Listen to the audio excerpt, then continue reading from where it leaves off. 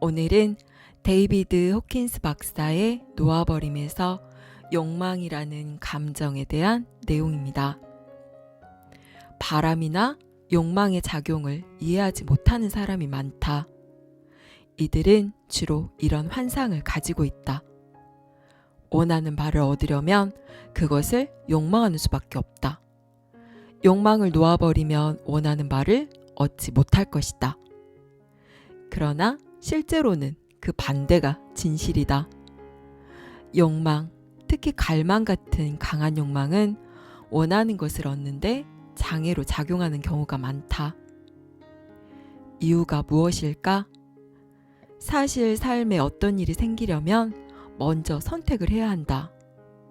벌어진 일은 의도가 낳은 결과다. 즉, 그렇게 되기로 결정한 것이 먼저다.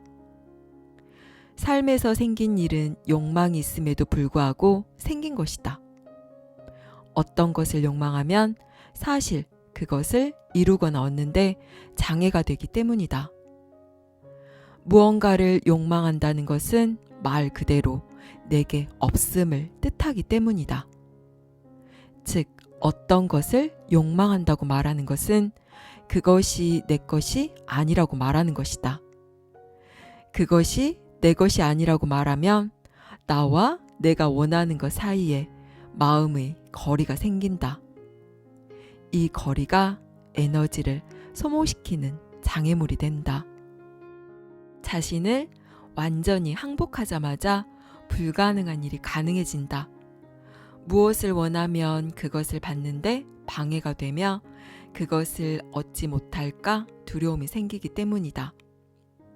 욕망의 에너지는 원하는 것을 바라기만 하면 가질 수 있다는 사실을 본질적으로 부인한다. 이는 세상에서 주입받은 프로그램에 젖어 있는 관점과는 다른 목표 성취 관점이다.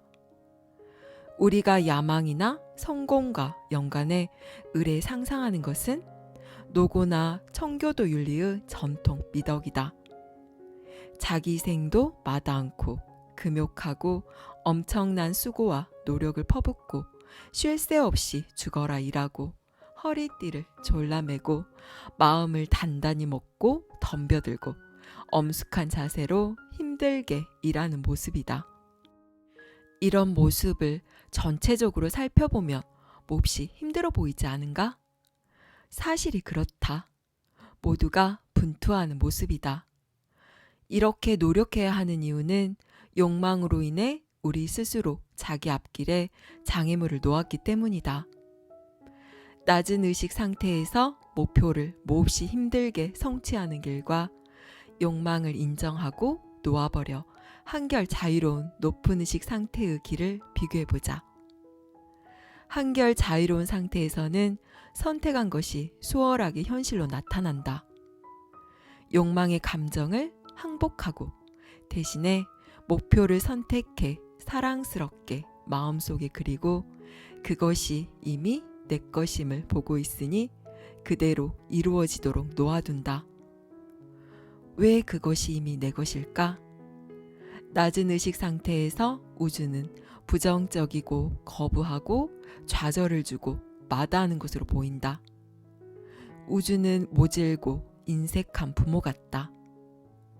높은 의식 상태에서는 우주를 다르게 경험한다. 이제 우주는 잘 주고 다정하고 무조건 찬성하는 부모처럼 내가 원하는 대로 전부 갖게 해주고 싶어 하기 때문에 청하기만 하면 그것은 내 것이다. 이런 상태는 맥락을 새롭게 창조한다. 우주에 새로운 의미를 부여한다. 타인에게 인색하고 적대적인 세상에서 살더라도 세상이 늘 그런 식이라고 믿어야 할 이유는 없다. 그런 식이라고 믿으면 삶은 그런 식으로 일을 만든다. 욕망을 놓아버리는 경험을 하면 자신의 선택이 마술처럼 삶에 나타난다는 것을 알게 된다. 마음속에 품는 것은 현실로 나타나기 쉽다. 앞에서 이야기했듯이 실업률이 높았을 때에도 어떤 사람들은 일자리가 있는 정도를 넘어 동시에 두세 가지 일자리를 갖고 있었다. 처음 이 시각을 접했을 때 이는 충격적이고도 새로운 관점이었다. 진실이기를 기대하기도 했지만 회의적이기도 했다. 실제로 활용하기는 불가능해. 엄격한 청교도 윤리를 근본으로 삼는 사람으로서 믿기 어려운 것이었다. 그렇긴 해도 나는 자발적으로 한번 시도해 볼 만큼 마음이 열려 있기는 했다. 욕망을 놓아버리는 나의 첫 경험은 이러했다.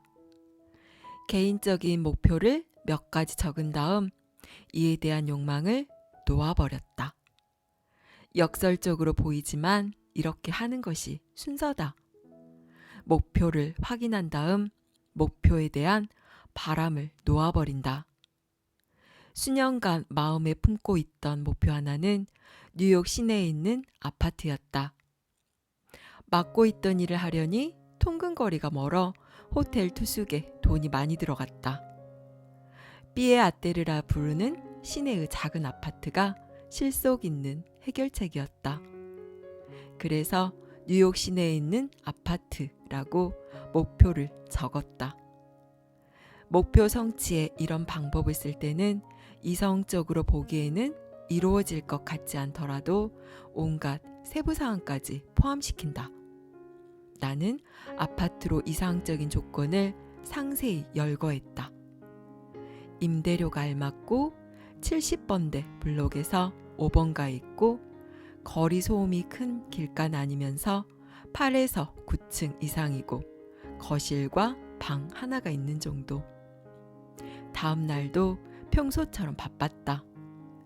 담당한 환자도 많았고 회의도 많았고 찾아오는 환자도 많았다. 회의를 하고 환자를 보는 사이사이에도 아파트를 원하는 느낌이 인지되면 놓아버리곤 했다. 그렇게 하루를 지내며 아파트 일을 정말로 잊었다. 오후 4시 30분에 마지막 환자를 보고 나니 문득 시내로 드라이브를 하고 싶었다. 혼잡할 시간이었는데도 도로가 비어 있어서 드라이브 하는데 30분밖에 걸리지 않았다.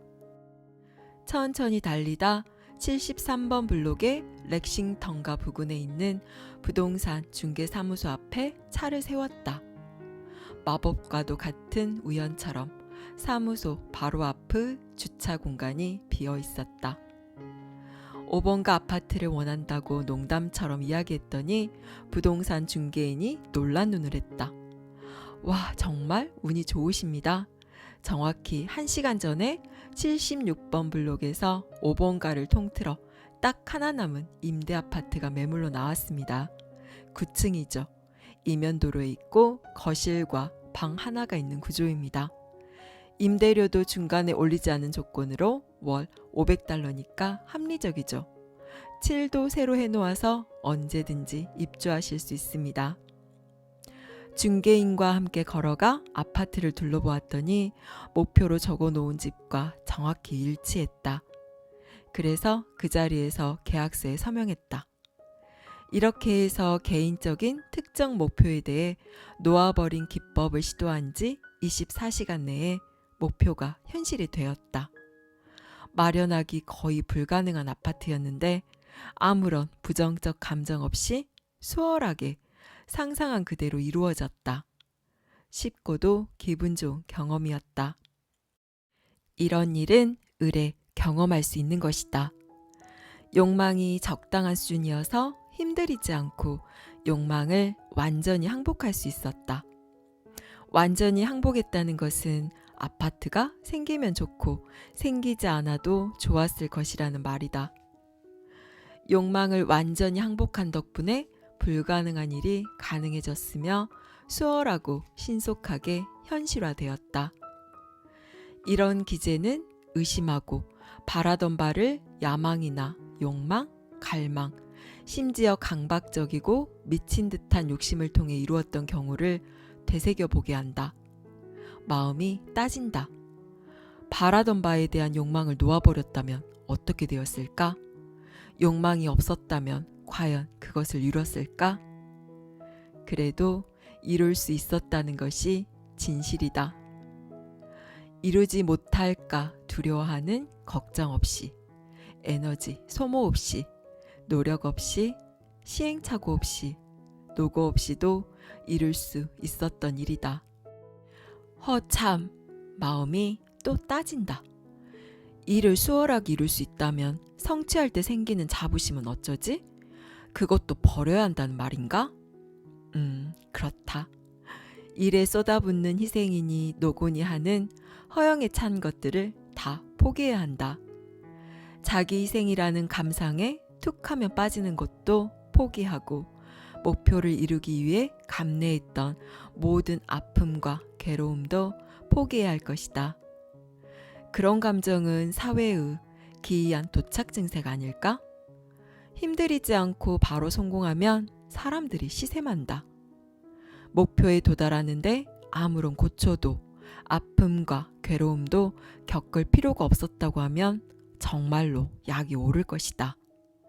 그들의 마음은 이런 고통이 성공을 위해 반드시 치루어야 할 대가라고 믿고 있다. 이런 믿음을 잘 살펴보자. 부정적 프로그램으로 인해 그렇게 믿는 일이 없었다면 삶에서 뭔가를 이루기 위해 아픔과 괴로움을 조금이라도 감내해야 할 이유가 있을까? 그런 믿음은 세상과 우주를 보는 눈이 다소 과학적이라는 점을 보여주는 게 아닐까? 바람과 욕망을 이루는데 장애가 되는 것은 물론 무의식적 죄책감과 왜소함이다. 기이하게도 무의식은 우리 스스로 가질 만하다고 생각하는 것만 갖게 한다. 자신의 부정성과 이로 인해 커지는 왜소한 자기 이미지에 대한 집착이 가질 만하다고 생각하는 것을 줄어들게 하고 남에게는 쉽게 흘러드는 풍요를 무의식 중에 거부한다. 이것이 빈익빈 부익부라는 말이 생긴 까닭이다. 스스로를 왜소하게 볼 때 가질 만한 것은 가난이므로 자신의 무의식에 의해 가난을 꼼짝없이 현실로 만난다. 자신이 왜소하다는 생각을 포기하고 내면이 무결함을 다시 인정할 때, 그리고 너그럽고 열려있고 다정하고 믿음직한 자신에 대한 저항을 놓아버릴 때, 무의식에 의해 삶의 여건이 자동으로 마련되어 풍요가 삶에 흘러들기 시작한다. 여기까지 데이비드 호킨스 박사의 놓아버림이었습니다. 한때 시크릿이라는 책으로 인해서 끌어당김의 법칙이 엄청나게 유행하기 시작했죠. 원하는 것이 있으면 그것을 생각하는 것만으로도 끌어당길 수 있다는 시크릿은 많은 사람들을 희망적으로 만들고 고무시키기에 충분히 매력적입니다. 소원을 이루기 위해서 100일간 100번씩 쓰기, 비전보드를 만들어 붙이기, 시각화하기, 이 모두가 끌어당김의 법칙을 이용한 방법들입니다. 하지만 이 모든 방법들을 동원해도 분명 이루어지지 않는 소원들도 많고 이게 정말로 되는 거 맞아? 하는 의심도 들게 됩니다. 끌어당김의 법칙은 분명 작동합니다. 나를 포함한 이 세상 자체가 에너지로 이루어져 있기 때문에 내가 내뿜는 에너지의 파동에 따라서 같은 것을 끌어당기게 되어 있습니다. 우리가 욕망하는 것이 이루어지지 않는 이유는 무언가를 욕망한다는 것은 우리의 마음속에 그것을 가지고 있지 않다는 결핍의 파동을 같이 내보내게 되기 때문입니다. 나는 그것을 원해. 이 말은 결국 나는 지금 그것을 가지고 있지 않아 라는 뜻이기 때문입니다. 그럼 어떻게 하면 내가 원하는 것을 얻을 수 있을까요? 이 또한 끌어당김의 법칙을 이용하면 됩니다. 우선은 내 마음에서 그것을 이루고자 하는 조급한 마음을 놓아 보내주어야 합니다. 돼도 좋고 안 돼도 좋다는 편안한 마음으로 나는 이미 그것을 이루어 보았고 가져보았다는 여유로운 마음으로 다만 그것을 의도하고 바라보면 됩니다. 우리가 어떤 것을 원하는 진짜 이유는 그것을 가지고 이루었을 때의 감정 상태를 경험하고 싶기 때문입니다. 내가 왜 이것을 가지고 이루고 싶어 하는지 내 안을 자세히 들여다보고 내가 진정으로 원하는 궁극의 감정 상태를 지금 이 순간에 느낄 수 있다면 그 소원은 반드시 이루어지게 되어 있습니다.